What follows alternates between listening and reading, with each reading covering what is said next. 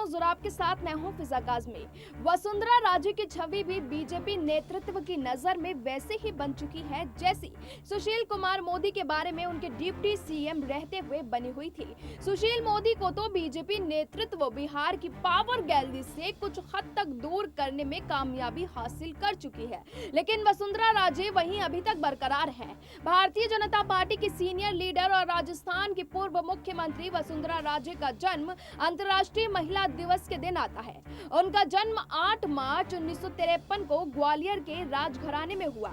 शाही खानदान से ताल्लुक रखने वाली राजे का बचपन मुंबई में बीता। ग्वालियर राजघराने के महाराजा जीवाजी राव सिंधिया उनके पिता थे और विजया राजे सिंधिया उनकी माता थी। राजनीति में अपना रुतबा रखने वाले राजे का राजनीतिक करियर कई तरह के उतार चढ़ाव के साथ गुजरा है। जहां उन्हें प्रदेश की पहली महिला मुख्यमंत्री होने का गौरव हासिल है, वहीं विपक्षी खेमे में वो महारानी के नाम से भी जानी गई हैं। ऐसे में एक सफल महिला के तौर पर कैसा है वसुंधरा राजे का सफर, आइए जानते हैं। आपको बता दें कि वसुंधरा राजे की शादी करीब 20 साल की उम्र में धौलपुर राजघराने के महाराजा हेमंत सिंह से हुई थी। शादी के कुछ साल ही बाद इकलौते बेटे दुष्यंत सिंह का जन्म हुआ। बेटे के जन्म के बाद ही दोनों की शादीशुदा जिंदगी में खींचतान शुरू हो गई थी।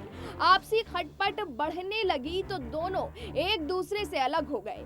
राजे को राजस्थान से लगाव शादी के बाद हुआ था।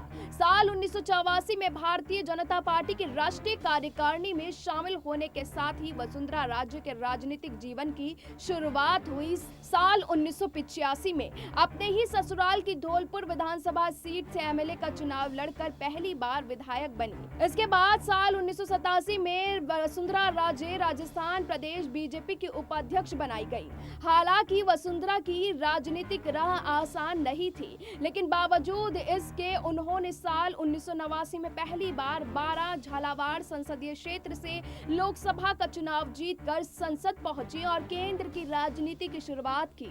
इसके बाद वो लगातार 5 साल 1991, 1996, 1998 और 1999 के आम चुनाव में जीत हासिल की और क्षेत्र की जनता की आवाज को लोकसभा तक पहुंचाने का काम किया। राज्य के आने से पहले 12 झालावाड़ लोकसभा क्षेत्र काफी पिछड़ा हुआ माना जाता था। साल 1999 में अटल बिहारी वाजपेयी के नेतृत्व वाली एनडीए सरकार में वसुंधरा राजे को मंत्रिमंडल जगह मिली। राजे ने सबसे पहले विदेश राज्य मंत्री का कार्यभार संभाला। इसके अलावा वो लोकसभा में कई कमेटियों की सदस्य भी रही। भौरव सिंह शेखावत के राजस्थान की राजनीति से जाने के बाद राजे ने राजस्थान में बीजेपी राज्य इकाई का नेतृत्व किया। इस दौरान उन्होंने पूरे राजस्थान में विधानसभा वार यात्रा कर पार्टी को मजबूत करने का काम किया और लोगों के बीच अपनी पहचान बनाने में वो कामयाब रही। इसी के साथ साल 2003 के राजस्थान विधानसभा चुनाव में बीजेपी को मिले भारी बहुमत के बाद पार्टी हाईकमान ने उन्हें प्रदेश की कमान सौंप दी। इसी के साथ वसुंधरा राजे को राजस्थान की पहली महिला मुख्यमंत्री होने का गौरव भी हासिल हुआ। उन्होंने पूरे 5 साल सरकार चलाई, लेकिन पार्टी को लगातार दूसरी बार सत्ता में लाने में कामयाब नहीं रह पाई। इसके बाद साल 2013 का विधानसभा चुनाव वसुंधरा राजे के नेतृत्व में लड़ा गया, जिसमें बीजेपी को प्रचंड बहुमत मिला और 200 में से 160 से ज्यादा सीटें बीजेपी को हासिल हुई। राजस्थान की जनता ने वसुंधरा राजे में विश्वास दिखाया और इस तरह उन्हें दूसरी बार प्रदेश की मुख्यमंत्री बनने का मौका मिला। साल 2018 के विधानसभा चुनाव में वसुंधरा राजे सरकार सत्ता में वापसी करने में सफल नहीं रही। वसुंधरा राजे वर्तमान में झालरापाटन सीट से विधायक हैं। साल 2019 में उनके इकलौते बेटे दुष्यंत सिंह 12 झालावाड़ लोकसभा सीट से लगातार चौथी बार सांसद चुने गए हैं। लेकिन राजनीति की बात करें तो वसुंधरा इन दिनों अपनी ही पार्टी से नाराज चल रही हैं। बीजेपी में वसुंधरा राजे की अनदेखी उन्हें खल रही है। वसुंधरा राजे की छवि भी बीजेपी नेतृत्व की नजर में वैसी ही बनती जा रही है जैसे सुशील कुमार मोदी की थी, उनके डिप्टी सीएम रहते हुए बन गई थी। सुशील कुमार मोदी को तो बीजेपी नेतृत्व बिहार की पावर गैलरी से कुछ हद तक दूर करने में कामयाबी हासिल कर चुका है, लेकिन वसुंधरा राजे अभी भी बीच मझधार में लटकी हुई है।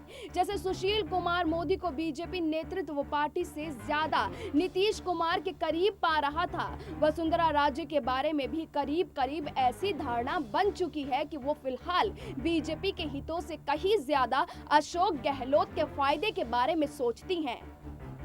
ऐसा इसीलिए क्योंकि अगले चुनाव के बाद अशोक गहलोत भी वसुंधरा राजे के साथ वैसा ही व्यवहार करे। हालांकि एनडीए छोड़ने से पहले तो आरएलपी नेता और नागौर से सांसद हनुमान बेनीवाल ने प्रधानमंत्री नरेंद्र मोदी और गृह मंत्री अमित शाह से वसुंधरा राजे और राजस्थान के मुख्यमंत्री अशोक गहलोत का नार्को टैक्स कराने की मांग तक कर डाली थी। यह आरोप लगाते हुए कि पिछले 22 साल से ये दोनों आपसी गठजोड़ कर एक दूसरे के भ्रष्टाचार पर पर्दा डालते हैं और जनता इनसे त्रस्त हो चुकी है। वहीं हनुमान बेनीवाल ने सचिन पायलट विवाद के दौरान भी वसुंधरा राजे पर अशोक गहलोत की मदद करने जैसे गंभीर आरोप लगाए थे। हनुमान बेनीवाल का कहना था कि वसुंधरा राजे धौलपुर में रहते हुए भी अपने समर्थक विधायकों को फोन कर कांग्रेस मुख्यमंत्री की मदद करने को कहती हैं। हालांकि राजस्थान बीजेपी के नेताओं के मना करने के बाद वो खामोश हो गए थे। राजस्थान में 2023 में विधानसभा के चुनाव होने वाले हैं और जिस तरीके से बीजेपी अध्यक्ष जेपी नड्डा राजस्थान को लेकर एक्टिव हुए हैं, वसुंधरा राजे को अपने भविष्य की फिक्र स्वाभाविक है, लेकिन सार्वजनिक रूप से बीजेपी नेतृत्व के खिलाफ शक्ति प्रदर्शन कर रही हैं। राजस्थान बीजेपी के अंदरूनी हालात काफी मुश्किल लग रहे हैं।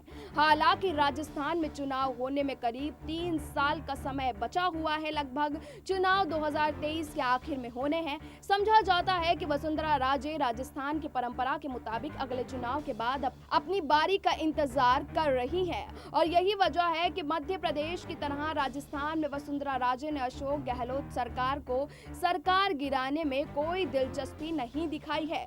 वसुंधरा का जयपुर में रूटीन की सत्ता के गलियारों में हो रही राजनीतिक गतिविधियों में भी दिलचस्पी नहीं रहती और यही वजह है कि वो अपने धौलपुर में ही खुशी खुशी वक्त काटने को तरजीह देती हैं। सचिन पायलट और अशोक गहलोत के बीच हुए विवाद के समय भी बाद में उनको एक्टिव देखा गया, जब कांग्रेस सरकार ने केंद्रीय मंत्री गजेंद्र सिंह शेखावत के खिलाफ केस दर्ज करा दिया। बाद में तो खैर केस बंद ही हो गया। तब वसुंधरा राजे सीधे दिल्ली पहुंच गई थी और जेपी नड्डा के साथ साथ राजनाथ सिंह और बीजेपी संगठन के कुछ नेताओं से मुलाकात की थी। 14 अगस्त को राजस्थान विधानसभा में अशोक गहलोत के विश्वास मत हासिल करने के साथ ही वसुंधरा राजे फिर से पुराने अंदाज में राजनीति करने लगी और उनका राजनीतिक दायर ट्विटर पॉलिटिक्स तक फिर से सिमट कर रह गया। राजस्थान में हुए पंचायत चुनाव के बाद से बीजेपी नेतृत्व फिर से सक्रिय हुआ और मानकर चल रहा था कि विधानसभा चुनाव से पहले होने वाले सभी स्थानीय चुनाव में पार्टी की गहरी दिलचस्पी होगी। हैदराबाद से लेकर जम्मू कश्मीर तक बीजेपी नेतृत्व की सक्रियता तो यही कहानी कहती है। लेकिन जिस तरीके से वसुंधरा राजे बीजेपी पर प्रेशर पॉलिटिक्स बना रही है, उसने बीजेपी पर आने वाले आगामी चुनाव के लिए मुसीबत खड़ी कर दी है। लेकिन आगे देखना होगा कि वसुंधरा क्या बीजेपी के रास्ते पर चलती हैं या फिर वसुंधरा के बागी तेवर पार्टी के लिए मुसीबत खड़ी करते हैं। फिलहाल अभी के लिए इतना ही, लेकिन देश और दुनिया की तमाम बाकी खबरों के लिए आप जुड़े रहिए SPN9 न्यूज के साथ।